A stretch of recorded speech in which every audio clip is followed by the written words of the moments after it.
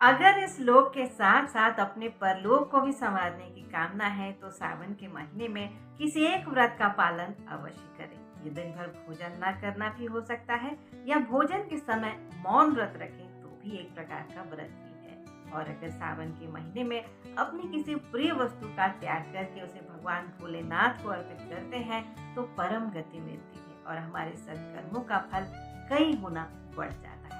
और सावन के महीने में रुद्राभिषेक भी सबसे अधिक फलदायी होता है। अगर संतान की कामना है तो सावन के महीने में विधि पूर्वक अभिषेक जरूर करें।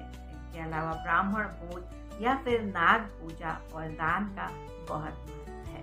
अलग अलग चीजों को दान करने का भी अलग अलग फल होता है। अगर गोदान करते हैं तो परलोक में आश्रय मिलता है, गोदान करते हैं तो पापों से मुक्ति मिलती है, कन्यादान करते हैं तो भोग की प्राप्ति होती है, और अगर सोने चांदी का दान करते हैं तो वीर्य बढ़ता है, और अगर वस्त्र का दान करते हैं तो आयु बढ़ती है, गुड़ का दान करते हैं तो भोजन मिलता है, काले तिल के लड्डुओं का दान करते हैं तो बल बढ़ता है, और अगर घी का दान करते हैं तो पुष्टि मिलती है।